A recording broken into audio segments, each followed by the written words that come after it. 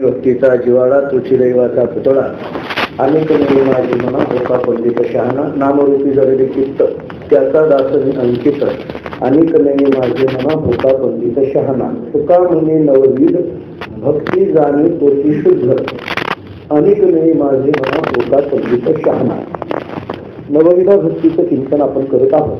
नवविधा भक्तीचं चिंतन करीत असताना श्रवण म्हणजे काय, कीर्तन म्हणजे काय आणि स्मरण म्हणजे काय या तीन भक्तीचा विचार आतापर्यंत आपला झालेला आहे.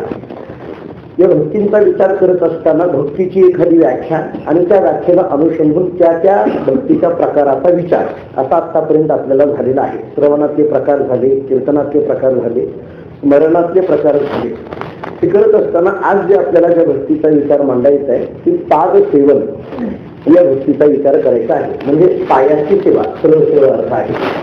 फक्त या भक्तीचा विचार करण्याच्या अगोदर आणखीन एकदा भक्ती म्हणजे काय याचा विचार आपण करू. रोज एखाद्या व्याख्येचा विचार करण्याचा प्रयत्न आपण करतोय, म्हणजे तो रोज केलाच पाहिजे असं काही नाही, पण सहज एखाद्या व्याख्या आपल्याला वेगवेगळ्या भक्तिशास्त्राच्या ग्रंथातून वेगवेगळ्या व्याख्या ज्या मिळतात, भक्ती रसायन असेल, नारद पंचरात्र असेल. काल आपण नारद पंचरात्रातली व्याख्या पाहिली होती. आज आणखीन एक व्याख्या नारद पंचरात्रामध्ये भगवान शिवशंकर आणि नारदाच्या संवादामध्ये निर्माण झालेला हा ग्रंथ. त्याच्यामध्ये अनन्य ममता विष्णू ममता प्रेम संगता भक्ती इति उच्यते भीष्म प्रल्हाद उद्धव नारदही अशा पद्धतीचा श्लोक आहे. म्हणजे भीष्म, प्रल्हाद, उद्धव आणि नारद या चौघांनी एक भक्तीची व्याख्या सांगितली आहे असं नारद पंचरात्र आपल्याला सांगतंय. म्हणजे भीष्माचार्यांनी तीच व्याख्या सांगितली आहे, प्रल्हादांनी सुद्धा तीच व्याख्या सांगितली आहे, उद्धवांची सुद्धा तीच व्याख्या आहे आणि देवर्षी नारद मुनींची सुद्धा तीच व्याख्या आहे. काय व्याख्या आहे? अनन्य ममता विष्णू ममता प्रेम संगता भक्ती इति उच्यते. अनन्य ममता विष्णू हे पहिलं पद त्याच्यातलं विचारात घ्या. अनन्य ममता विष्णू ममता प्रेम संगता अशी दोन पद विचारात केलेली आहे तिथं. अनन्य ममता, आपण काल अनन्य ममतेचा विचार काल पाहिलाय थोडासा. स्मरणाची अंग सांगताना अनन्य ममता, अविच्छिन्न तन्मयता आणि आनंद रूपता असे तीन अंग आपण काल पाहत होतो. त्याच्यामध्ये अनन्य शब्दाचा नारद भक्ती सूत्राच्या दृष्टीने सूत्र आपण बऱ्याचदा ऐकलंय. अन्य आश्रयाणाम त्यागा हा अनन्यता. अनन्य ममता म्हणजे थोडक्यात विचारात घ्या परम प्रेम. कारण प्रेम ममता प्रेम संगता असं पुढे नारद पंचरात्रात सांगितलेलं आहे. म्हणजे परम प्रेम. आता परम प्रेम म्हटलं की पुन्हा थोडी शंका अशी निर्माण होते, त्याच्यात प्रेम म्हणजे काय हे कळाल्याशिवाय परम प्रेम कळणार नाही. प्रेम म्हणजे काय, प्रेमाची व्याख्या काय, तो प्रेमाकरता एक परिष्कार सांगतो आपल्याला. अरेता निरूपित पदार्थावच्छिन्न व्यवधान रहितत्व प्रेमत्व असा प्रेमाकरता एक परिष्कार, न्यायघटित परिष्कार आहे बरं का. काय अधेयता निरूपित, हे आमच्या गल्लीचं वैभव आहे बरं का, जरा सांभाळून घ्या. अधेयता निरूपित काय सांगितलं पुढं? पदार्थावच्छिन्न व्यवधान रहितत्व प्रेमत्व हा अत्यंत महत्वाचा शब्द या परिष्कारामध्ये सांगितलाय. व्यवधान रहितत्व, जिथं कुठलंही अंतर शिल्लक राहिलेलं नाही अशी चालू असलेली जी अखंड चित्ताची वृत्ती, जी धारावाहिकता आहे ना, त्याला प्रेम असं म्हटलं जातं. व्यवधान रहितत्व, कोणतंच अंतर नाही.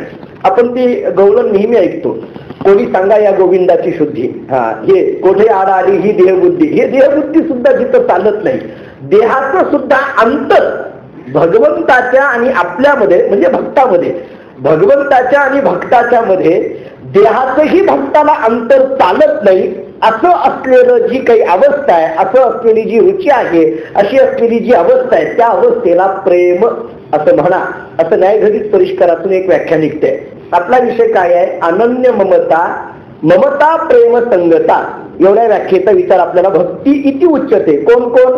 भीष्म, प्रल्हाद, उद्धव, नारदही या चौघांनी हीच व्याख्या सांगितली असं नारद पंचरात्र आपल्याला सांगतात.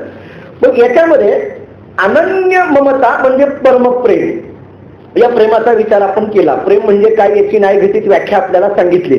खरं तर हे प्रेमाची अवस्था येण्याकरता प्रेमदेवाचे देणे देहभाव जाये जेणे अशा पद्धतीचं महाराजांचं वचनच आहे.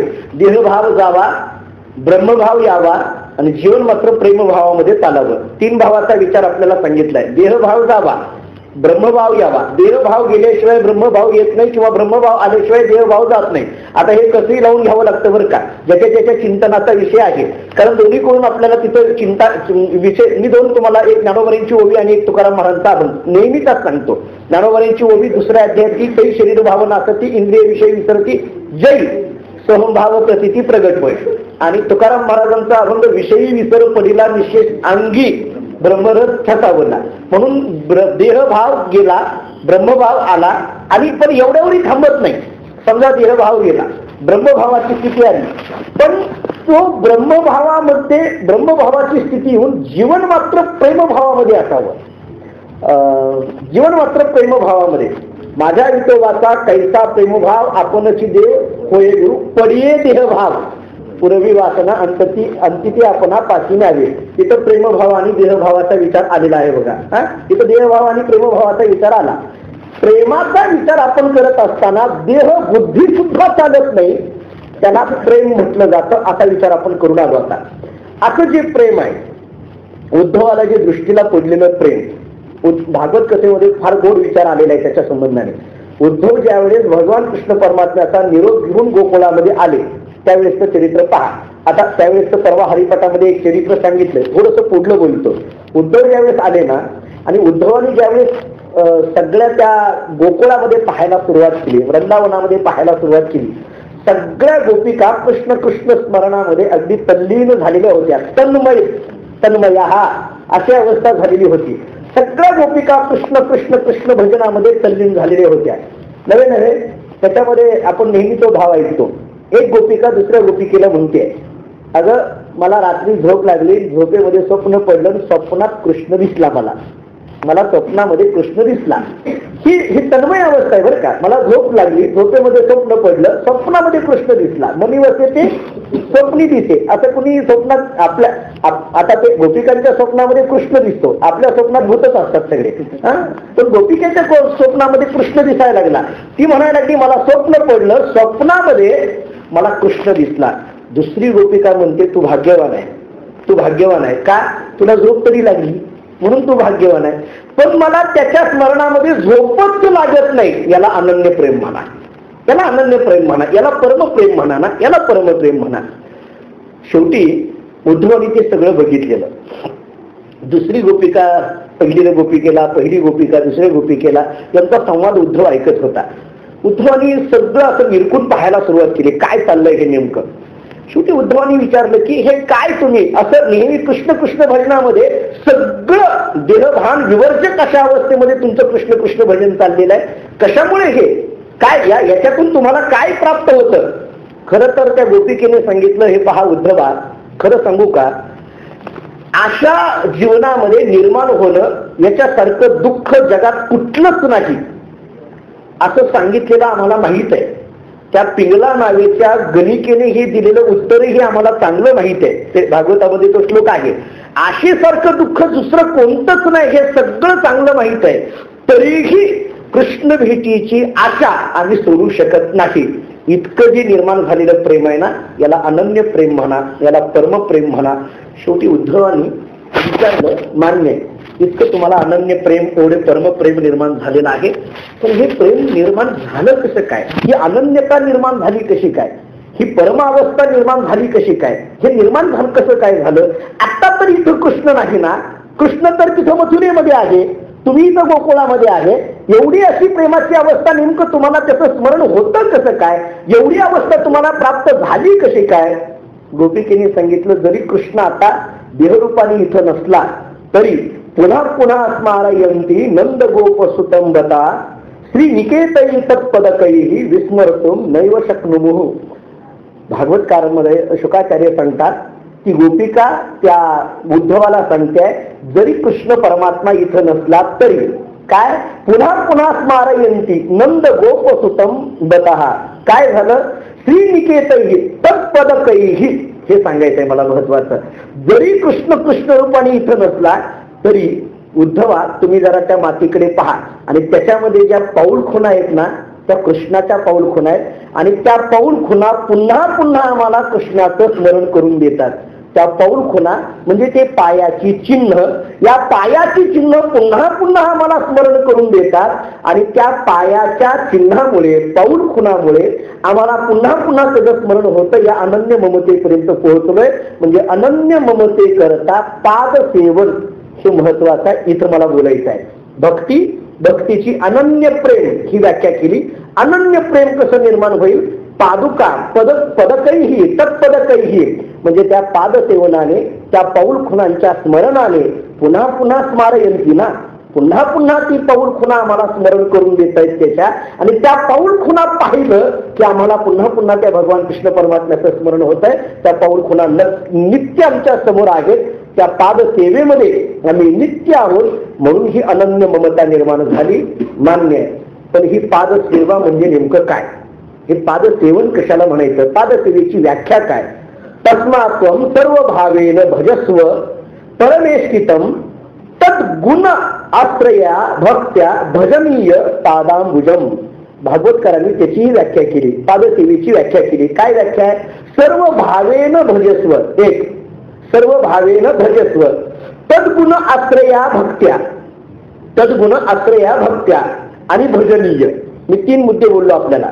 सर्व भावेन भजस्व, सर्व भावाने शरण येऊन भगवत गुणांच्या आश्रयाने युक्त झालेली भक्ती, त्या भक्तीच्या माध्यमातून काया वाचा मनाने पायाची केलेली जी सेवा असते त्याला पाद सेवन असं म्हणतात. 3 मुद्दे याच्यामध्ये आले. सर्व भावाने शरण येऊन एक. दुसरा मुद्दा सांगितला भगवत गुण आश्रयाने युक्त असलेली भक्ती, म्हणजे भक्ती पण भगवत गुण आश्रयाने युक्त असलेली, भगवत गुणांचं अखंड चिंतन करणारी. परवा आपलं झालंय ते कीर्तन या शब्दाचा विचार मांडत असताना गुणसंकीर्तन झालं ना, तेच भगवत गुणाने युक्त असलेली ती भक्ती. आणि त्या भक्तीमध्ये, त्या भक्तीने काया वाचा मनाने केलेली जी सेवा आहे पायाची त्याला पाद सेवनम असं म्हटलं जातं. तरी तनु मनू जीवे चरणाची लागावे अगरवता करावे दास्य सकळ. तरी तनु मनू जीवे, काया वाचा मनाने इथं आलं का नाही, चरणाची लागावे. ही अशी केलेली जी भक्ती आहे, या भक्तीला किंवा अशी केलेली जी सेवा आहे या सेवेला पादसेवन किंवा पादसेवन भक्ती असं म्हटलं जातं. आता या भक्तीचा विशेष मांडत असताना खरं तर ही भक्ती लक्ष्मी माता करते असं आपण सगळ्यांनी चिंतन सारखं ऐकलेलं आहे. पण भगवंतांनी त्या भक्तीचा अधिकार जरी लक्ष्मीला दिलेला असला तरी ती स्वतःच्या अष्टमहासिद्धी सहित ज्यावेळेस ती भक्ती लक्ष्मी जवळ आली त्यावेळेस मात्र तिचा स्वीकार केला नाही. ज्ञानोबांनी वर्णन केलंय, हे असो महासिद्धी सहित लक्ष्मी ही आली या पाशी, तरी महाविष्णू जैसी गणिचिना. भगवान विष्णूने महासिद्धी सहित आलेली जी लक्ष्मी आहे या लक्ष्मीचा स्वीकार केला नाही. का? कारण ही महासिद्धी सहित आली ना, तिच्या वैभवा सहित आली ना. पाद सेवन भक्ती करण्याकरता स्वतःच्या ठिकाणी निर्माण केलेलं जे व्यावहारिक वैभव आहे ते सगळं वैभव सोडावं लागतं. त्याच्याशिवाय पादसेवन भक्तीचा अधिकार प्राप्त होत नाही. पादसेवन भक्तीमध्ये हे वैभव सगळं सोडावं लागतं, त्याच्याशिवाय येता येत नाही. ज्ञानोबांनीच वर्णन केलंय. मग सर्वस्वे करुणी सेवा 9व्या अध्यायामध्ये सांगितलंय. अभिमान सांडूनी पांडवा ते पाय धुवावियाच्या दैवा पात्र झाली. मग पाय धुण्याकरता ती पात्र झाली. भाग्याला दैवा शब्द आलाय. पाय धुणं नावाचं जे भाग्य आहे त्या दैवाला भाग्याला प्राप्त झाली. पण कधी? अभिमान सांडोनी पांडवा. हे सगळ्यात महत्वाचं आहे.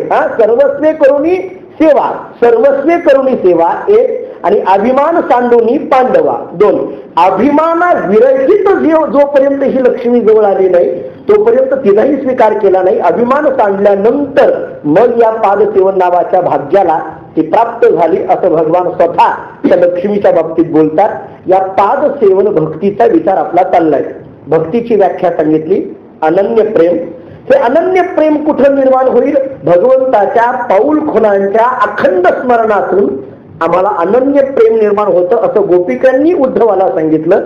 ही पादसेवन भक्ती म्हणजे काय त्याच्याकरता आपण 3 मुद्दे पाहिले. सर्व भावेने शरण, भगवत गुण आश्रयाने युक्त असलेली भक्ती आणि काया वाचा मनाने केलेली पायाची सेवा, या 3 गोष्टी पाहिल्या.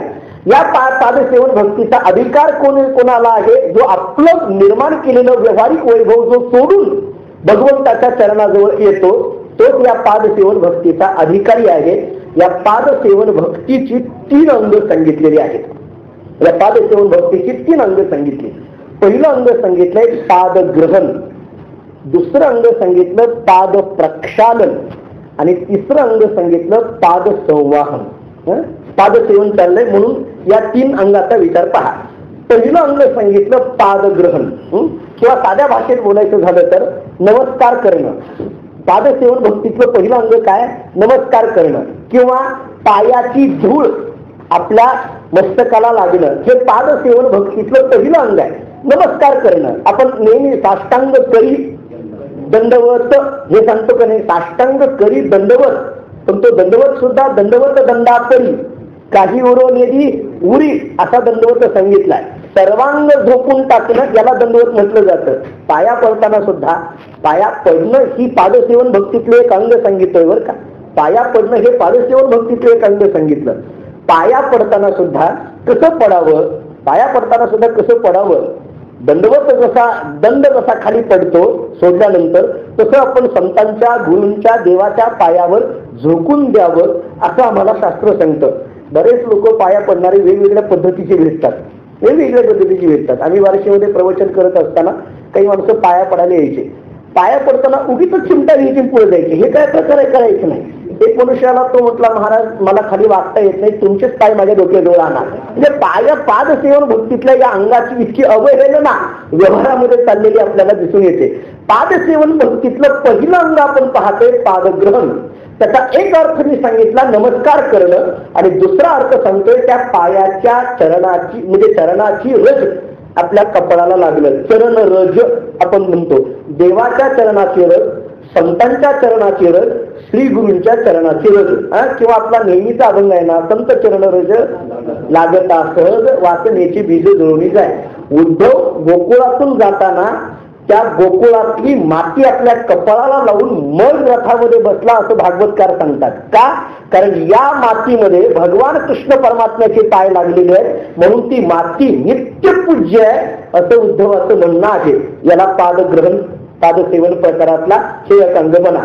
संत चरण रज, संतांच्या पायाखालची माती आमच्या कपाळाला लागली तर वासनेची बीज जळवणी जाय, वासनेची बीज जळवणी जाय असं तुकाराम महाराजांनी आम्हाला सांगितलं. संतांच्या पायाखालची माती आमच्या कपाळाला लागली, वासनात राहणार नाही. बीज अज्ञान. वासनेचं बीज काय आहे? अज्ञानच आहे ना. अविद्येपासून वासनेची निर्मिती आहे. अविद्या जळवणी जाय असं तुकाराम महाराजांनी चिंतन सांगितलं. पायाखालची माती लागल्याबरोबर एकाने मला विचारलं, म्हणजे का महाराज संतांच्या पायाखालची माती आणि आम्ही रस्त्याने जातो आमच्या पायाखालची सुद्धा मातीच ना. आम्ही रस्त्याने चाललो तरी आमच्या पायाखालची माती. संत ज्या रस्त्याने जातात संतांच्या पायाखालची सुद्धा माती. संतांच्या पायाखालची माती आमच्या कपाळाला लागली तर वासनेची बीज जोडली जाय असं म्हणताय. काय त्याला? आमच्या पायाखालची माती आमच्या कपाळाला लागली तर चालत नाही का विचारले का नाही? चालत नाही का? म्हटलं चालेल की. काय होईल? म्हटलं काही नाही, तुझ्या पायाखालची माती तुझ्या कपाळाला लागल्यानंतर तुझीच माती होईल, बाकी काय होईल नाही. कारण आपले पाय कुठे नीट आहे हो? पायाकडची सार्थकता तेवढी पाहिजे ना. नाथ भागवतामध्ये चिंतन आलंय. तीर्थयात्रा क्षेत्रगमनता हरी कीर्तना जागरणा जाता का संत समागमी चालता का नृत्य करिता हरी कीर्तनी. पायाची सार्थकता, पायाच्या सार्थकते करता नाथ महाराजांनी भागवतात चिंतन केलं तेव्हा पाय सार्थक होतील. तीर्थयात्रा क्षेत्रगमनता किंवा आपण रोज म्हणतो पायी तीर्थयात्रा गडो देह संता घरी पडो. तीर्थयात्रा क्षेत्रगमनता एक. मग हरिकीर्तना तीर्थयात्रा क्षेत्रगमनता हरिकीर्तना जाता हरिकीर्तनाला या पायाने जावं. संत समागमी चालता या पायाने संतांच्या संगतीत चालावं. या पायाने तीर्थयात्रा करावी. या पायाने क्षेत्राची प्रदक्षिणा करावी. या पायाने हरिकीर्तनाला चालत जावं. या पायाने संतांच्या संगतीत चालावं. या पायाने भगवंताच्या नामसंकीर्तनामध्ये नाचावं का नृत्य करिता हरिकीर्तनी. तर या पायाची सार्थकता आहे. आपला मुद्दा चाललाय पायाच्या रज, चरण रज याचा विचार चाललाय. पादसेवन भक्तीतलं पहिलं अंग सांगतोय मी पादग्रहण. त्याचा नमस्कार एक अर्थ. दुसरा अर्थ मी आपल्याला सांगायला लागलोय पायाच्या खालची जी माती आहे ती माती जरी कपाळाला लागली, बघा देवाच्या पायाखालची माती असेल, संतांच्या पायाखालची माती असेल, श्री गुरूंच्या पायाखालची माती असेल. थोडस वेगळं उदाहरण आहे. अलेक्झांडर नावाचा राजा, नाव तुम्ही ऐकून असाल, सिकंदर राजा वगैरे म्हणतो आपण ते, तो घोड्यावर बसून प्रवासाला निघालेला होता. त्याच्याबरोबर काही त्याचे सैनिक त्याचं सगळं निघालेलं होतं. आणि निघाल्यानंतर प्रवासाला निघाल्यानंतर थोडंसं पुढे गेल्यावर पुढून एक फकीर, म्हणजे अगदी नळकटलेले कपडे घातलेला, ज्याचा काही व्यवस्थितपणा नव्हता, असा एक फकीर समोरून येत होता. त्याच्या अगोदर त्याचे वडील, अलेक्झांडर राजाचे वडील यायला लागलेले होते. त्याच्या पाठीमागे ते एक फकीर होता. वडील पुढून यायला लागलेले, इकडून अलेक्झांडर राजा चाललेला घोड्यावर बसून काहीतरी त्याच्या काहीतरी तयारीला निघालेला असेल, काहीतरी युद्धाला वगैरे असेल काहीतरी. आणि नेमकं तो पुढून वडील यायला लागलेले पाहिला बरोबर. या अलेक्झांडर राजाने फक्त घाई गडबडीत असल्यामुळे घोड्यावर बसूनच नमस्कार केला. वडिलांनी तसाच तिथून आशीर्वाद दिला, पुढे गेले असे. तो सेनापती मोठा आश्चर्य करत विचार करत होता की पुढून वडील आले, वडिलांना काही खाली उतरून नमस्कार केला नाही, काही नाही, घोड्यावर बसूनच नमस्कार केलाय. थोडंसं पुढे गेल्यानंतर तो फकीर यायला लागलेला पाहिला अलेक्झांडरने. तो फकीर यायला लागलेला पाहिल्याबरोबर अलेक्झांडर राजा घोड्यावरून खाली उतरला. त्या फकीराला साष्टांग दंडवत घातला, कर्णावर नतमस्तक होण्याकरता साष्टांग दंडवत घातला. पण त्या फकीरांनी राजाकडे डोंकूनही पाहिलं नाही, उलट वाट थोडीशी वाकडी केली आणि तो फकीर निघून गेला. निघून गेल्याबरोबर राजा अलेक्झांडरनी तो फकीर ज्या रस्त्याने निघून गेला त्या रस्त्यावरची माती, पावलाची जी माती होती ती माती उचलली, आपल्या कपाळाला लावली, पाया पडला आणि पुन्हा घोड्यावर बसून प्रवासाला निघाला. त्या सेनापतीला मोठं आश्चर्य वाटलं. त्यांनी विचारलं, राजेसाहेब मला काही तुमचं हे धोरण कळेना, तुमचे वडील समोरून आले, तुम्ही फक्त घोड्यावर बसूनच नमस्कार केला, ते तिथून गेले, तुम्ही इकडे पुढे निघालात. पण समोरून एक फकीर येत होता, त्या फकीराच्या अंगावर व्यवस्थित कपडे सुद्धा नव्हते, त्याच्या हातामध्ये फक्त एक कटोरा होता, एका हातामध्ये काठी होती आणि एका हातामध्ये कटोरा होता. त्याला नमस्कार केला तुम्ही, साष्टांग दंडवत घातला खाली उतरून. त्या फकीराने तुमच्याकडे साधं लुंकून पाहिलंही नाही, उलट वाकडी वाच करून तो फकीर निघून गेला. पण एवढ्यावर तुम्ही गप्प बसला नाही, त्याच्या पायाची जी माती आहे, पायधूळ आहे, ती तुम्ही पायधूळ तुमच्या कपाळाला लावली आणि मग तुम्ही पुढच्या प्रवासाला निघाला. नेमकं कसं काय? तुम्ही वडिलांना मात्र घोड्यावर बसून प्रवास केला आणि त्या फकीराच्या पायाखालची माती तुमच्या कपाळाला लावली. कोण होता तो फकीर? राजा अलेक्झांडरनी सांगितलं, तो फकीर सामान्य नव्हता, तो फकीर म्हणजे माझे गुरु आहे.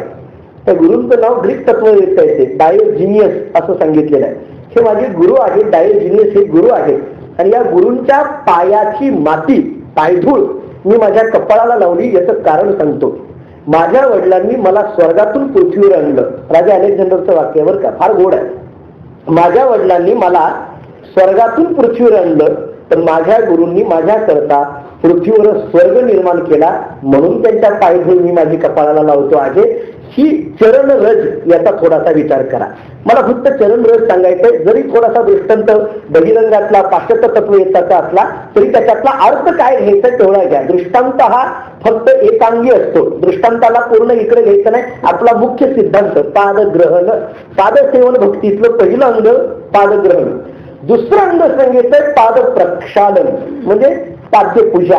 आपण केलेलं जे पाद्यपूजा केल्यानंतर जे तीर्थ आहे ना, ते तीर्थ घेणं हा सुद्धा पादसेवन भक्तीतलं एक अंग आम्हाला भक्तिशास्त्रकारांनी सांगितलेलं आहे. भगवंताच्या पायापासून निर्माण झालेली जी गंगा आहे त्या गंगेमध्ये आम्ही सुस्नात होणं, ती गंगा सुद्धा आम्हाला पवित्र करून टाकते. पादोदकम भगवता प्रपुनाती सद्या, अशी ही गंगा आहे. किंवा ज्ञानोबांनी वर्णन केले ना, फेरीत पाप ताप पोखीत तिरीचे पाद, समुद्राय आप गंगेचे जैसे. बस फेरीत तापताप अशी ही गंगा सांगितलं ना, पोखीत तिरीचे पाद अशी ही गंगा नदी, की जी गंगा नदी भगवान श्रीकृष्ण परमात्मा, भगवान श्री विष्णू त्याच्या पायापासून निर्माण झालेली आहे ना, ते पादोदकम आहे ना. पाद्य पूजा केल्यानंतरचे जे तीर्थ आहे हे तीर्थ घेणं हाही पादसेवन भक्तीतला एक अंग आहे. पादग्रहण, पाद प्रक्षालन आणि तिसरं अंग सांगितलंय पाद संवाहन, म्हणजे पाय दाबणे, पाय चेपणे वगैरे वगैरे. ही सेवा कोणी केली? भक्त पुंडलिकाचं वर्णन त्याच्याकरता प्रसिद्ध आहे. भक्त पुंडलिकाची कथा या संबंधाने प्रसिद्ध आहे. पाद संवाहन या भक्तीतला प्रकार म्हटलं तर भक्त पुंडलिकाचा दिसून येतोय. देव तिथं आले, शेवटी देवानी सांगितलं मला तुझ्याशी बोलायचं आहे, पण मी माझ्या आई वडिलांच्या सेवेमध्ये आहे, पायाच्या सेवेमध्ये आहे, पाय दाबतोय, मी पायाची सेवा करतोय, मला तुझ्याबरोबर बोलायला वेळ नाही. मग मागे मिरकावली वीट वगैरे वगैरे सगळी कथा आपल्याला माहित आहे. ही जी केलेली भक्ती आहे, हे जे भक्तीचं अंग सांगितलं त्याला पाद संवाहन असं म्हटलं. पादग्रहण, पाद प्रक्षालन, पाद संवाहन ही तीन अंग आपण पाहिली. खरं पाहायला गेलं तर या पादसेवन भक्तीचे दोन प्रकार केलेले आहेत. एक बहिरंग पादसेवन भक्ती आणि दुसरं अंतरंग पादसेवन भक्ती, असे दोन प्रकार केले. एक बहिरंग पादसेवन भक्ती, आपण पायाची वेगवेगळ्या उपायांनी केल्यात असलेली जी पूजा आहे ही बहिरंग पादसेवन भक्तीमध्ये आहे. म्हणजे आपण पाणी टाकून पूजा करत असेल, त्याच्याकरता दूध घेत असेल, दही घेत असेल किंवा अत्तर घेत असेल, वेगवेगळे पाद्यपूजा करताना आपण बघितलंय किंवा संध्याकाळच्या वेळेला देवाच्या पाद्यपूजा करतात पांडुरंगाच्या, आपण पाहतो ते त्याच्याकरता काय काय ते सगळे साहित्य वापरतात. या सर्व साहित्याने केलेली जी पूजा आहे ही बहिरंग पादसेवन भक्ती आहे. ही बहिरंग पाद्य पूजा केली ना, ही बहिरंग पादसेवन भक्ती आहे. आणि अंतरंग पादसेवन भक्ती अंतःकरणामध्ये श्रद्धा निर्माण करून भाव निर्माण होऊन केलेली पायाची जी सेवा आहे याला अंतरंग पादसेवन भक्ती म्हटलं जातं. म्हणजे हे सगळे जरी उपचार असले, वेगवेगळं पाणी असेल किंवा वेगवेगळं दही असेल, दूध असेल, तूप असेल, हे सगळे लागणारे अभिषेकाकरता लागणारे जे उपचार आहेत ते सगळे उपचार एक मान्य आहे, ते तर लागतातच, पण त्याच्याबरोबर अंतःकरणामध्ये श्रद्धा, अंतःकरणामध्ये भाव हाही तितकाच महत्वाचा आहे. बाह्य उपचार आम्ही भरपूर केले पण अंतर उपचार जर नसेल तर तो पादसेवन भक्तीमध्ये मोडत नाही.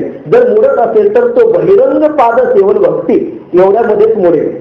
बहिरंग उपचार जसं आपण संतांची दोन लक्षणं सांगतो ना, बहिरंग लक्षण अंतरंग लक्षण, तशातलाच हा प्रकार आहे.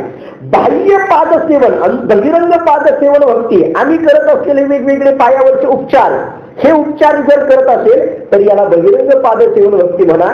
आणि अंतरंग किंवा या श्रवण मनन याच्या सगळ्या गोष्टीने आमच्या अंतःकरणामध्ये निर्माण झालेली श्रद्धा किंवा आम्ही अंतरंगातून करत असताना पादसेवन करत असताना काही अंशी का होईना, कधी अंशी का होईना, भगवंताचा थोडा का होईना साक्षात्कार आमच्या मनामध्ये निर्माण होणं पायाची सेवा करत असताना हा अंतरंग पादसेवन भक्तीचा प्रकार आहे. मी उदाहरण देतो आपल्याला. एक शिष्य गुरुजींची सेवा करायचा, 12 वर्ष तिथं शिकलेला, गुरुजींची सेवा करायचा, आपल्या गावाकडे गेला. गावाकडे गेल्यानंतर त्याचा चांगला गवगवा चालू होता आणि वेगवेगळं अध्ययन अध्यापन करत असताना त्या शिष्याचा एक नियम असायचा, प्रत्येक गुरुपौर्णिमेला गुरुजींच्या आश्रमामध्ये जायचा. आपल्याकडे सगळ्यालाच आपला हा नियम आहे, गुरुपौर्णिमेला आपण आपल्या गुरुजींच्या जवळ जावं, गुरुजींच्या चरणावर नतमस्तक व्हावं, त्यांची सेवा करावी, त्यांची पाद्यपूजा करावी वगैरे वगैरे काय असेल ते उपचार आपले. तो नेहमी फक्त आपल्या गुरुपौर्णिमेला जायचा, पाद्यपूजा वगैरे करून यायचा. गंमत अशी झाली, हा शिष्य इकडे या गावामध्ये थोडासा जास्त अध्ययन अध्यापन सगळं करत करत करत थोड्याशा वेगवेगळ्या पद्धतीचा थोडासा त्याचा अभ्यास आयुर्वेदाचा झाला आणि आयुर्वेदाच्या अभ्यासामध्ये तो काही औषध लोकांना देऊ लागला. औषध देऊ लागल्यानंतर लोकांपर्यंत सगळ्यापर्यंत बातमी पोहोचली काय की यांनी दिलेलं औषध चांगलं असतं, अगदी योग्य पद्धतीचं त्या रोगावर उपचार या माणसाकडून होतोय. हे जे महाराज आहेत ना त्यांच्याकडून योग्य पद्धतीचा उपचार होतोय. गर्दी वाढू लागली. मग प्रत्येक जण काही ना काही दुखणं घेऊन चालला, कोणता ना कोणता रोग घेऊन चालला. आम्हाला हे झालंय औषध द्यायचा, हे झालंय औषध द्यायचा. कोणताही रोगी येऊ द्या हो, त्याच्याकडे औषध असायचं. कोणताही रोगी येऊ द्या. म्हणजे तसं बघायला गेलं तर विशिष्ट म्हणजे कॅन्सर झालेला असेल, काही विशिष्ट अशा पद्धतीचेच वैद्य असतात किंवा आणखीन कुठला रोग असेल, पोटाचा आजार असेल, कुणाला पाठीचा आजार असेल, कुणाला डोक्याचा आजार असेल, कुणाला छातीचा आजार असेल, वेगवेगळे अशा पद्धतीचे वैद्य त्याही काळात. आता तर फारच अवघड झाले, म्हणजे अगदी वेगवेगळे स्पेशलिस्ट म्हटलं जातं त्याला. वेगवेगळं म्हणजे ऑर्थोपेडिक, मग हाडाचं जर आपल्याला ऍक्सिडेंट झालेला असेल तर ऑर्थोपेडिक डॉक्टरकडे जायचं. त्याच्यात आणखीन सांगू का, त्याच्यामध्ये आणखीन स्पेशल निघाले. म्हणजे जर पायाचा ऍक्सिडेंट झाला असेल तर वेगळा डॉक्टर आणि हाताचा झाला असेल तर वेगळा डॉक्टर, त्याच्यात आणखीन स्पेशल आहे. त्याच्यात आणखीन सांगू का, आम्ही एकदा परवा मिरजमध्ये गेलो होतो. तिथे एक फार मोठं ऑर्थोपेडिक हॉस्पिटल आहे. त्याच्यामध्ये जर हातामध्ये या भागाचा झाला असेल ऍक्सिडेंट तर त्याचा डॉक्टर वेगळा आणि एवढ्या भागाचा झाला असेल तर त्याचा डॉक्टर वेगळा. त्याच्या पुढे नको सांगायला आता. म्हणजे इतकं स्पेशलिस्ट आता अलीकडे होऊ लागलं. पण या महाराजांची गंमत अशी होती, सगळ्या रोगाला औषध हो यांच्याकडे, सगळ्या रोगाला कोणी यावं आणि औषध घेऊन जावं. गंमत अशी होती, हा औषधी काही असं वेगळं देत नव्हता. फक्त एक असं लिक्विड असायचं, रसायन असायचं, काहीतरी असं द्रव पदार्थातलं असायचं, पाणी असायचं. पण ते ग्लासभर पाणी असायचं, पण त्याच्यामध्ये मात्र ते काहीतरी वेगळं औषध आतमध्ये जाऊन थोडंसं मिसळायचा. लोकांनाही आश्चर्य वाटायचं, पण लोकांनी विचार करायचा की ते वेगळं औषध काय आहे, कशाला विचारायचं आपण, आपल्याला काय करताय, रोग बरा होतोय ना, बस झालं. लोकांची गर्दी वाढायला लागलेली होती. ही बातमी त्याच्या गुरुजींच्या कानावर पोहोचली. गुरुजींच्या कानावर पोहोचल्याबरोबर गुरुजींना वाटायला लागलं माझा शिष्य माझ्यापेक्षा जास्त प्रसिद्धीला आलाय म्हटले. औषध देऊन देऊन प्रसिद्धीला आलाय म्हटले.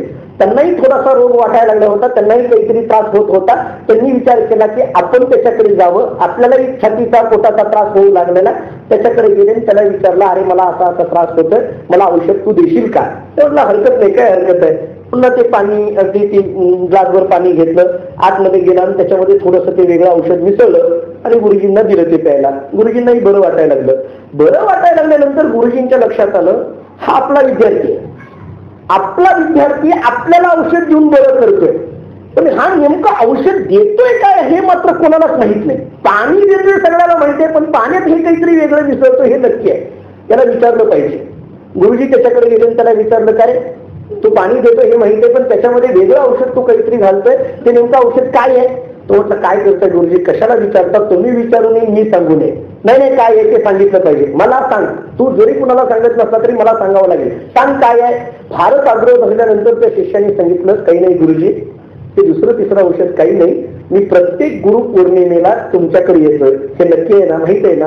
हो मला माहिती आहे ना, येतो. सगळे शिष्य येतात तसं तू येतोय.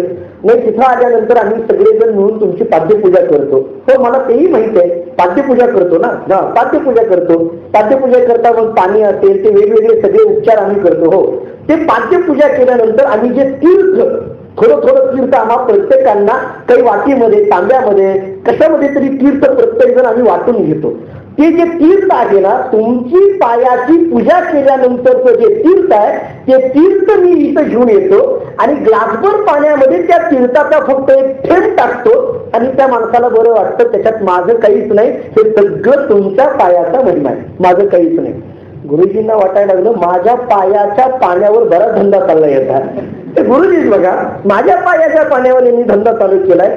गुरुजी आश्रमामध्ये गेले, फिरलं नेमकं डोकं. आता गुरुजी आश्रमामध्ये गेले, गेल्याबरोबर सगळ्या शिष्य लोकांना सांगितलं आणणारे सगळं पाद्यपूजेचं साहित्य. बसले सिंहासनावर, असंच मोठं सिंहासन आणलं होतं दुसऱ्याचं मागून आणि बसते सिंहासनावर आणि म्हणायला लागले करा पाद्य माझ्या पायाची पूजा, माझ्या पायाची पूजा. आता शिष्य लोक हो सांगेल तसं ऐकायचं काम शिष्य, कारण आज्ञापालन सेवकाचा धर्म. करा पायाची पूजा. सगळ्या शिष्य लोकांनी पायाची पूजा केली. पायाची पूजा केली, ते सगळं पाणी एका भांड्यामध्ये जमा केलं आणि भांड्यामध्ये जमा केलं आणि लगेच मोठा बोर्ड लावला, इथं प्रत्येक रोगावर औषध दिलं जाईल. कारण गुरुजींना वाटायला लागलं हा एक थेंब टाकत होता, आपण अख्खं ग्लास भर देऊ, आपल्याच पायाचं पाणी आहे, आपल्याला काय अवघड आहे.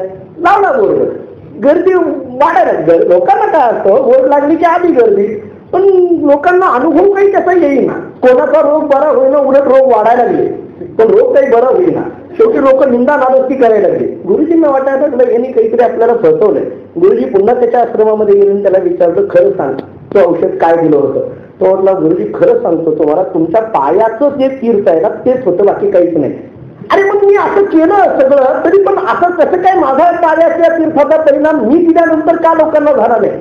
ते म्हणजे काय झालं गुरुजी, बरोबर आहे पण त्याच्यात आणखीन एक औषध मिसळायचं होतं, ते असं बाह्य स्वरूपातून मिसळता येत नव्हतं, मी ते सांगितलं नाही. कोणतं औषध? काही नाही, तुमचं जे पायाचं तीर्थ आहे ते तीर्थ मी घेऊन येत होतो आणि ते तीर्थाचं एक थेंब पाण्यामध्ये टाकत असताना माझ्या अंतःकरणाची तुमच्या चरणावरची श्रद्धा, तुमच्या चरणावरचा भाव मी त्याच्यामध्ये मिसळत होतो आणि मला वाटतं तुमच्या पायाचं तीर्थ आणि त्याच्यामध्ये असलेली माझ्या अंतःकरणाची तुमच्या पायावरची श्रद्धा, या दोन्हीतून त्या माणसाचा रोग बरा होत होता.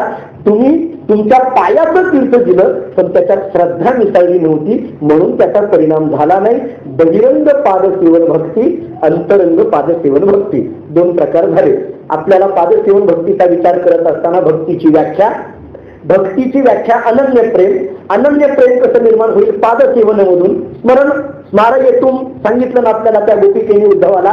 मग ही पादसेवन भक्ती कशी? सर्व भावाने शरण येऊन केलेली, परत भगवत गुण श्रवणाच्या आधी माध्यमातून केलेली, काया वाचा मनाने केलेली अशी ही भक्ती आहे. या पादसेवन भक्तीचे आपण 3 अंग पाहिले. पादग्रहण पाहिलं, पादप्रक्षालन पाहिलं, पादसंवहन पाहिलं. या पादसेवन भक्तीचे 2 प्रकार पाहिले, बहिरंग पादसेवन प्रकार आणि अंतरंग पादसेवन प्रकार, हा 2 प्रकार पाहिले. आता ही जी पादसेवन भक्ती आहे, या पादसेवन भक्तीचे काही वैशिष्ट्य भक्तिशास्त्रकारांनी सांगितलेले आहेत. त्याच्यातलं पहिलं वैशिष्ट्य या पादसेवन भक्तीचं असं सांगितलंय. ही पादसेवन भक्ती अशी आहे की या पादसेवन भक्तीने 4 मोक्ष या माणसाला प्राप्त होतात. जो साधक, जो भक्त पादसेवन भक्तीमध्ये आहे ना, त्याला 4 जे पुरुषार्थ, 4 पुरुषार्थ जे सांगितले जातात, धर्म अर्थ काम मोक्ष, हे 4 पुरुषार्थ या पादसेवन भक्तीने याला प्राप्त होतात. याच्यामध्ये 4 पुरुषार्थ नेमकं पादसेवन भक्तीने कसे प्राप्त? धर्म पादसेवन भक्तीने प्राप्त होतो का? कारण धर्म म्हणजे काय? आपण करत असलेली कृती, याला धर्म म्हटलं ना. वेगवेगळ्या धर्माच्या व्याख्या आहेत हा, पण आपल्या अंतःकरणातली भावना हाच खऱ्या अर्थाचा धर्म सांगितला ना. पादसेवन भक्तीमध्ये ही भावना तयार होते, म्हणजे धर्म मिळाला. अर्थ कसा काय मिळतो? मिळणार कसा नाही? पाय लक्ष्मीच्या हाती म्हटल्यानंतर अर्थ कुठं जातोय? अर्थही तिथंच मिळतोय. काम, इच्छा नक्कीच, कारण याच्या पायाला प्राप्त केल्यानंतर बाकी काही प्राप्त करायची इच्छाच राहत नसल्यामुळे इथं अर्थ काम नावाचा सुद्धा पुरुषार्थ प्राप्त होतो. आणि मोक्ष नावाचा पुरुषार्थ, मोक्ष नावाच्या पुरुषार्थाकरता आपण नेहमी ऐकत आलोय. खरं तर मोक्ष म्हटलं ते ज्ञानदेव तू कैवल्यम, ज्ञानादेव तू कैवल्यम, ज्ञानानेच मोक्ष असताना इथं पादसेवन भक्तीने मोक्ष कसा? याच्याकरताही आपण नेहमी सांगत असलेला तो क्रम आपण लक्षात घ्या. पादसेवन भक्तीने झालेली अंतःकरणाची शुद्धता आणि शुद्ध अंतःकरणामध्ये निर्माण झालेलं ब्रह्मैक्य ज्ञान आणि त्या ज्ञानाने निर्माण झालेला मोक्ष किंवा प्राप्त झालेली अवस्था मोक्षाची, म्हणजे पादसेवन भक्तीने धर्म अर्थ काम मोक्ष हे 4ही पुरुषार्थ पादसेवन भक्तीने प्राप्त होतात. हे पादसेवन भक्तीचं पहिलं वैशिष्ट्य.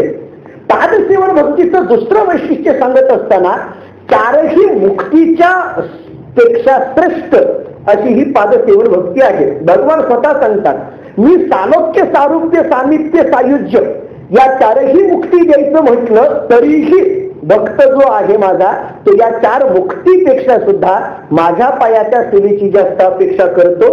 कारण या 4 मुक्ती नको म्हणणारी सगळी भक्तांची प्रमाणं आपल्याला दिसून येतात. मोक्ष सुखा हनु लाता वगैरे वगैरे ही सगळी प्रमाणं, किंवा मोक्ष आम्हा घरी कामा रीतीदासी, किंवा आपलं परवा हरिपटात चिंतन झाले पंढरीचे वारकरी ते अधिकारी, पण घेण्याचे नव्हे देण्याचे, मोक्ष देण्याचे अधिकारी, म्हणजे या 4 मुक्तीपेक्षा सुद्धा श्रेष्ठ अशी ही पादसेवन भक्ती आहे. 4 पुरुषार्थ प्राप्त करून देणारी, 4 मुक्तीपेक्षा श्रेष्ठ. एवढंच नाही, जीवनमुक्त महापुरुष जो आहे त्यालाही या पादसेवन भक्तीची गोडी लागलेली आहे. नाथ महाराजांनी भागवतामध्ये चिंतन केलंय, जे योगेश्वर योग स्थिती जे पावले जीवनमुक्ती तेही कृष्ण चरण सेविती, ऐसी पूज्य मूर्ती श्रीकृष्णाची, ऐसी पूज्य मूर्ती श्रीकृष्णाची, तेही कृष्ण चरण सेविती. कोण? जे पावले जीवनमुक्ती. नाथ भागवत चिंतन करत आहे, जे पावले जीवनमुक्ती, ज्यांना जीवनमुक्ती प्राप्त झाली ते सुद्धा श्रीकृष्ण चरणाची सेवा इच्छा करतात. याचा अर्थ जीवनमुक्ताला सुद्धा या पादसेवन भक्तीची गोडी लागलेली आहे, आवड लागलेली आहे. हे पादसेवन भक्तीचं तिसरं वैशिष्ट्य. 4 पुरुषार्थ प्राप्त करून देणारी, 4 मुक्तीपेक्षा सुद्धा श्रेष्ठ असणारी, जीवनमुक्ताला सुद्धा गोडी निर्माण करणारी अशी ही पादसेवन भक्ती आहे. नवे मरण सुद्धा ज्या भक्ती पुढे घाबरत अशी ही पादसेवन भक्ती आहे. मृत्यू सुद्धा घाबरतो. पादसेवन भक्तीमध्ये असलेल्या भक्ताला घेऊन जाण्याकरता मृत्यू सुद्धा घाबरतो अशी ही पादसेवन भक्ती आहे. म्हणून याच पादसेवन भक्तीची इच्छा, मागणी सर्व संतांनी केलेली आपल्याला दिसून येते. तुकाराम महाराज देवाला स्पष्ट सांगतात, अद्वैती तो माझे नाही समाधान, गोड हे चरण सेवा तुझी, करुणी उचित देई हेची दान, असं तुकाराम महाराजांनी उत्तरार्धात म्हटलेलं आहे. अद्वैती तो माझे नाही समाधान, मला अद्वैतामध्ये समाधान नाही. आता अद्वैतात समाधान नाही हे कधी म्हणतात? अद्वैत अवस्था प्राप्त झाल्यानंतर. अद्वैत अवस्था प्राप्तच नसताना समाधान नाही म्हणण्याचा अर्थ नाही.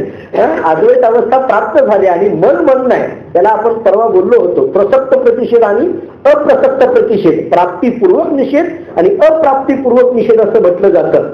गोडहे चरण सेवा तुझी, करुणी उचित देई हेची दान. देवा द्यायचं असेल ना दान तर हेच द्या, बाकी दुसरं देऊ नका. या चरण सेवेतला निश्चय पहा तुम्ही. नामदेव यांचं नेहमीचं प्रमाण ऐका, देह जावो अथवा राहो, पांडुरंगी दृढ भावो, चरण न सोडी सर्वता, आण तुझी पंढरी नाता. हा पादसेवन भक्तीतला निश्चय आम्हाला सांगितला जातो. या पादसेवन भक्तीचीच प्रतिज्ञा तुकाराम महाराजांनी केलेली आपल्याला दिसून येते. तुकाराम महाराज सांगतात, गेली नवी जन्म याजसाठी देवा तुझी चरण सेवा साधावया, तुझी चरण सेवा साधावया गेही नवी जन्म, मी पुन्हा जन्म घेईन. खरं तर जन्म घेणं हे दुःखाचं आहे, बरोबर आहे की नाही? जन्म घेणं म्हटलं की दुःखाचं ना. का? गर्भवास आला ना. काय सांगू, गर्भीची येतं ना, भगभोगीचा नारायणा पुन्हा आलं ते. मग गर्भवास असताना सुद्धा तुका म्हणे गर्भवासी सुखे घालावी आंबाची, अशातलं हे कसं काय हो? मी एक वाक्य फक्त सांगतो. जरी गर्भवासाचं दुःख सहन करावं लागत असेल, मान्य आहे, दुःख तीन आहे. एक गर्भवासाचं दुःख आहे, दारिद्र्याचं दुःख आहे आणि रोगाचं दुःख आहे. औषधाने रोगाचं दुःख घालवता येतं, श्रीमंतीने दारिद्र्याचं दुःख घालवता येतं, आत्मज्ञानाने गर्भवासाचं दुःख घालवता येतं. आत्मज्ञान झाल्याशिवाय आपल्याला या गर्भवासाच्या दुःखातून सुटका नाही. मुनिमुक्त झाले भेने गर्भवासात, मुक्त होणं म्हणजे काय? गर्भवासातून सुटणं, हे आहे ना. ठीक आहे, गर्भवासाचे जे दुःख आहे ते दुःखही आम्ही सहन करायला तयार आहे. का? तुझी चरण सेवा साधावया. कसं काय हे? मी एक वाक्य सांगतो जरा तत्वज्ञानाच्या दृष्टीने, व्यवहारातलंच वाक्य आहे. आपल्याला जर चांगलं सुख मिळत असेल तर थोडं दुःख सहन करायला काय हरकत आहे? व्यवहारातलं वाक्य आहे बरं का. चांगलं सुख मिळत असेल तर थोडं दुःख सहन करायला काय हरकत आहे? आपल्याला चांगलं जर सुख पुढे मिळत असेल तर थोडं दुःख सहन, म्हणजे आरंभ जरी दुःखाचा वाटत असला तरी परिणाम सुखाचा आहे ना काही. मी आमचे दादा सांगत असतात उदाहरण, मी आता बोललो होतो असेल किंवा नसेल ते, आपण जुने कीर्तनकाराकडून नेहमीच उदाहरण ऐकतो. रस्त्याने चाललेला जो असणारा वाटसरू, त्याच्या पाठीमध्ये नेमकं जो शेतकऱ्यांनी मारलेला जो गोपनीतून दगड लागल्याबरोबर त्याला दुःख झालं. दुःख झाल्याबरोबर तो आई म्हणून खाली बसला. दुःख झालं ना दगड लागल्याचं, पण दगड केवढा म्हणून पाहण्याकरता वळून पाहिलं, तो दगड नव्हता, सोन्याचा गोळा होता. दुःख होईल का? तो म्हटला येऊ दे 4-5 असली, काय म्हटलंय मला, दगड लागल्याचं दुःख आहे, पण सोन्याचा गोळा आहे म्हटलं की सुख आहे. तसं गर्भवासाला येणं दुःख आहे, पण इथं आल्यानंतर तुझी चरण सेवा मिळत असेल तर ते सुख आहे. गेहीन मी जन्म यासाठी देवा, इच्छा सुद्धा, प्रतिज्ञा सुद्धा तुकाराम महाराजांनी हीच केलेली आहे. म्हणजे या पादसेवन भक्तीचा विचार करत असताना 4 पुरुषार्थ प्राप्त करून देणारी, 4 मुक्तीपेक्षा श्रेष्ठ असणारी, जीवनमुक्ताला सुद्धा गोडी निर्माण करणारी, मृत्यू सुद्धा जिथं भीतो अशी ही पादसेवन भक्ती. या पादसेवन भक्तीचीच मागणी संतांनी केली. पादसेवन भक्तीतला निश्चय नामदेवांनी आम्हाला दिलं जावं म्हणून सांगितला. या पादसेवन भक्तीचीच प्रतिज्ञा तुकाराम महाराजांनी गेहीन मी जन्म याप्रमाणे आम्हाला सांगितली. मी पुन्हा जन्म घेईन तुझी चरण सेवा करण्याकरिता. किंवा आपल्याला माहित असलेलं प्रसिद्ध उदाहरण फक्त प्रसंग डोळ्यासमोर ठेवतो. आपल्याला माहित आहे, राधा भगवान कृष्ण परमात्म्याला भेटायला आली. दादा भेटायला आल्यानंतर कृष्ण परमात्म्याला एवढा आनंद झाला, द्वारकेच्या राजाला द्वारकेमध्ये राधा भेटायला आल्यानंतर आनंद झाला. आणि आनंदाच्या भरामध्ये सगळ्यांना काही आज्ञा करायला सुरुवात केली. या लवकर या, पाणी घेऊन या, कुणीतरी हे घेऊन या, ते घेऊन या. राधा आली, बरं आली ती आली, हा आपल्या सिंहासनावर जवळ घेऊन बसला आणि प्रत्येकाला सांगायला लागला हे घेऊन या, ते घेऊन या. 16,108 बायकांमध्ये विचार झाला, एकत्रित झाला आणि एकच विचार झाला. 16,108 बायकांमध्ये एकच विचार होणं त्याला प्रश्न लागतो. म्हणजे 16,108 बायकांमध्ये एकच विचार झाला. सगळ्यांनी मिळून एकच विचार केला, काय? या राधेची फजिती करायची. मग हिला दूध पाहिजे म्हणून सांगितलं ना, ते गरम असलेलं दूध भगवान कृष्ण परमात्म्यांनी सांगितलेलं दूध घेऊन या. या सगळ्यांनी गरम दूध केलं आणि ते दूध राधेला प्यायला दिलं. राधेने काही विचार न करता ते दूध गटा पिऊन टाकलं. आणि ज्यावेळेस राधा तिथून निघाली, राधेला सोडण्याकरता देव दरवाजापर्यंत गेला. तिथं राधा निघून गेली. देव माघारी आले. आल्यानंतर मात्र मोठमोठ्याने ओरडायला लागले, मोठमोठ्याने लाही जीवाची झालेली दिसायला लागली. सगळे दोघी तिघी जवळ आल्या, रुक्मिणी माता आल्या, सत्यभामा आल्या. काय झालं? काही पायाला फार त्रास व्हायला लागलाय. काय झालंय? बघ तरी ना. पाय पाहिले तर पायाला मोठमोठे फोड आलेले होते. एकदम रुक्मिणी मातेने आणि सत्यभामेने विचारलं, कुठे गेला होता? तुम्हाला सांग. बरं, एवढी काय गरज आहे दरवाजापर्यंत जायची? त्यामुळे फोड आली. दरवाजापर्यंत सोडायला जायची काय गरज आहे? गेला नाही कुणाला नाट्य, हिला मात्र सोडायला गेला. कशामुळे एवढे मोठे फोड आले म्हटले? बघा बरं, तुम्ही वाहना घालून गेला नव्हता का? काय झालं होतं? कुठं गेला होता? लाग बोलायला सुरुवात केली. देवाने सांगितलं, हे माझं काहीच नाही, हे तुम्ही केलेल्या चुकीचा परिणाम मला भोगावा लागायला लागलाय. तुम्ही जे केलं त्याचं मला भोगावं लागायला लागलंय. काय काय मी केलं? तुम्ही राजेला दूध कसलं दिलं होतं? नाही दूध दिलं. नाही कसलं दिलं होतं? नाही अत्यंत गरम अशा कडक अशा पद्धतीचं दूध दिलं. कडक दूध दिलं ना? हो. मग ते कडक दूध जे आहे ना, त्या दुधाचा तिला काही परिणाम झाला नाही, पण मला झाला. असं कसं काय? याचं कारण आहे, कारण तिच्या हृदयामध्ये माझे पाय आहेत, म्हणून त्या पायाला, हृदयामध्ये माझे पाय आहेत आणि त्या पायाला फोड आले, त्या दुधामुळे, गरम दुधामुळे फोड आले. माझा मुद्दा काय आहे? तुझी चरण सेवा साधावया. त्याला पादसेवन भक्ती म्हणा. भक्तीचा अर्थ पाहिला. भक्ती पादसेवन भक्तीतून कशी निर्माण होते हे पाहिलं. पादसेवन भक्तीचे अंग आपण पाहिले, 3 अंग सांगितले. पादसेवन भक्तीचे 2 प्रकार सांगितले आणि पादसेवन भक्तीचे 7 ते 8 वैशिष्ट्य आपल्या समोर ठेवली. अशी ही असणारी पादसेवन भक्ती ही आमच्याकडून अखंड पद्धतीची घडावी, अशी सगळ्या भक्तांची मागणी भगवान श्रीकृष्ण परमात्म्याकडे, भगवान श्रीहरीकडे आहे. लक्ष्मी माता ही पादसेवन भक्तीची अधिकारी आहे, असं आपल्याला भक्तिशास्त्राने सांगितलेलं आहे. पुढचा जो भक्तीचा विचार करायचा आहे तो अर्चन नावाच्या भक्तीचा.